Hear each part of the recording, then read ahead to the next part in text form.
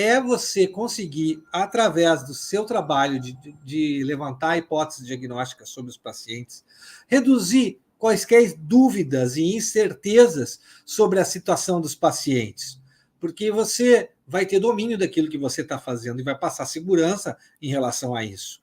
Você vai conseguir transmitir para o paciente que você compreendeu qual é o quadro dele e que você é a pessoa mais indicada para ajudá-lo, que você é o especialista naquele ramo de atividade.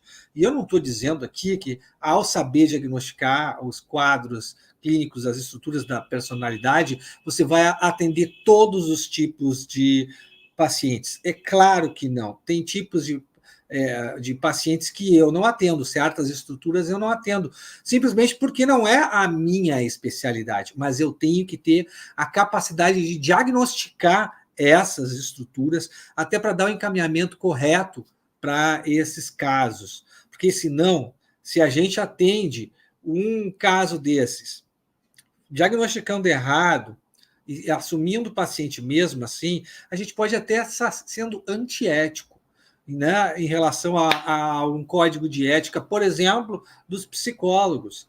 Né? A gente pode estar fazendo um desserviço para a psicanálise e para a psicologia, ao invés de estar ajudando. E quando a gente faz um diagnóstico exato, deste modo, os pacientes aumentam a confiança no tratamento, porque eles enxergam a gente como um especialista, né, naquele tratamento, porque a gente mostra para eles que a gente sabe o que está acontecendo com eles. E eles vão achar que você tem as ferramentas certas para ajudá-los e superá-los, seus problemas emocionais que eles estão trazendo para a terapia. E se há um caso que você não atende, ele vai ficar muito satisfeito em ver alguém que entende o que o paciente está sofrendo e é profissional e encaminha para um profissional especialista naquela área de atendimento. Por exemplo, eu não trabalho com os quadros autísticos, com as estruturas autísticas, não tenho esta especialidade, mas eu consigo reconhecer esse tipo de estrutura. Eu sei diagnosticar esse tipo de estrutura. Então, se chega até a mim um paciente assim, eu faço a hipótese diagnóstica, levanto o diagnóstico e dou encaminhamento para aquele colega que eu sei que vai poder ajudar da melhor maneira possível. Seja ele um aluno meu que trabalha especificamente com autistas, seja alguém que eu conheço. Mas cada vez mais eu também estou conhecendo as especialidades das minhas alunas, e daí eu posso, inclusive, encaminhar para a minha aluna que trabalha com autismo, porque tem alunas que trabalham especificamente com esse tipo de quadro clínico, coisa que eu não faço. E quando a gente consegue fazer isso, você vai trabalhar com os sonhos dos pacientes e manejar de um modo específico cada caso clínico.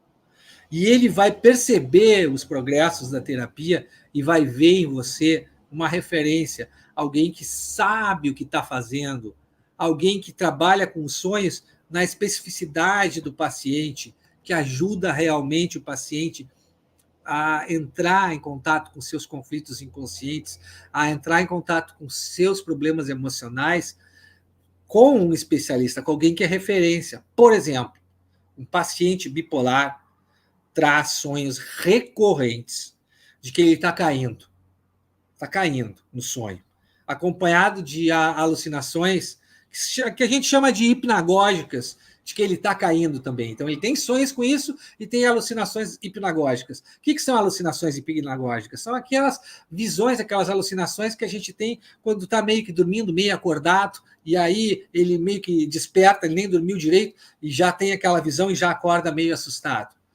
Esse tipo de sonho, por si só, não é a exclusividade do caso da bipolaridade, outros casos também.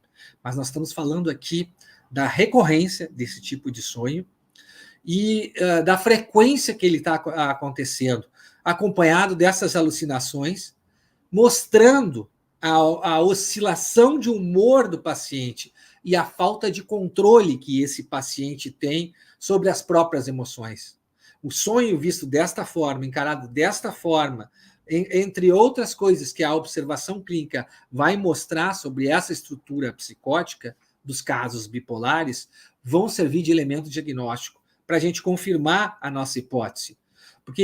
E a gente vai fazer o quê? A gente vai mostrar para o paciente que a gente é um profissional competente, que você pode, inclusive, antecipar momentos que podem aparecer, momentos de crise que pode aparecer, aquelas crises agudas que antecedem as crises psicóticas dos pacientes, sem que ele precise de uma internação. Você vai poder intervir para prevenir essas crises psicóticas agudas.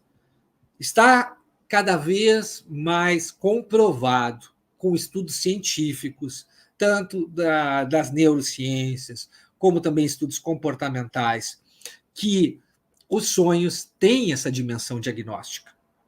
Não é algo que está vindo da cabeça do professor Leonardo, não. É embasado cientificamente. E o paciente, vendo um profissional que domina esses diagnósticos, ele vai tendo segurança que a terapia vai ajudá-lo e vai ter uma aliança terapêutica saudável com o terapeuta, de colaboração com esse terapeuta.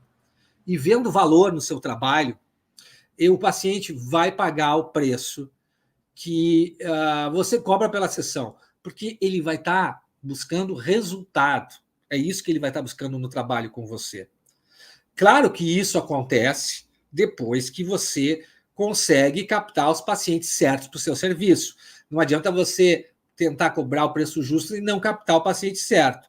Você capta o paciente certo para o seu serviço, faz uma divulgação para aqueles pacientes qualificados que podem pagar pelo seu serviço e depois isso de mostrar sua qualidade técnica diagnóstica da interpretação dos sonhos, aí o paciente vê valor no seu trabalho e paga pelo seu serviço. Não adianta nada você captar os pacientes errados e mostrar o valor do seu trabalho, porque se eles não são aquela parcela da população que sofre de problemas emocionais e que pode pagar pelos seus serviços, eles não vão conseguir pagar a sua consulta. Não adianta querer cobrar lá os seus 150, 200, 250, 300 reais por consulta de quem não tem dinheiro para pagar isso para você, que tem que dar conta das prioridades básicas de alimentação, antes de mais nada.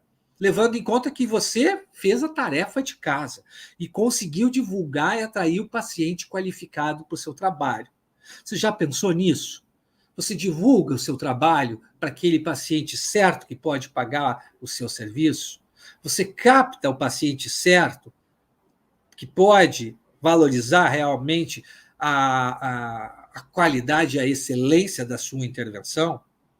Porque se você não está fazendo isso, você precisa corrigir isso.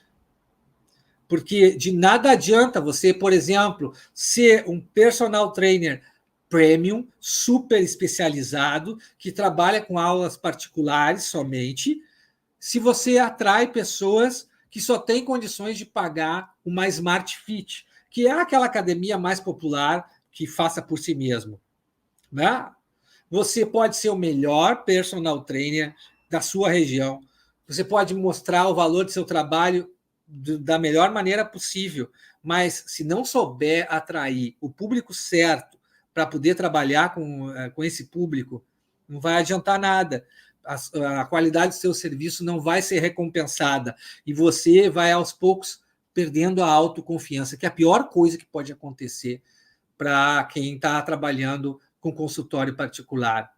Perder a autoconfiança porque não sabe como ganhar dinheiro com o seu próprio consultório, entregando um serviço de excelência e se destacando na multidão de psicólogos e psicanalistas que tem por aí. Aí você pode objetar, reclamar e dizer para mim assim, tá, mas eu estou terminando a minha formação ainda, eu nem estou atendendo pacientes.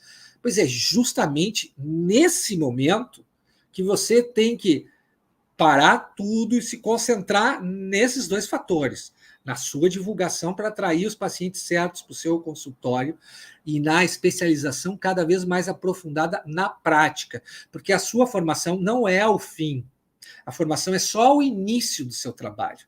Então você tem que saber captar e divulgar seu trabalho para pessoas que podem pagar pelo seu serviço e buscar especializações que façam você efetivamente dominar o diagnóstico, usar a interpretação dos sonhos para trabalhar com a escuta do inconsciente de seus pacientes, para entregar um serviço de excelência, se destacar e conseguir fazer com que esses pacientes enxerguem valor no seu serviço e permaneçam com você, porque eles vão aderir ao tratamento e você vai fidelizar eles com a qualidade do seu serviço.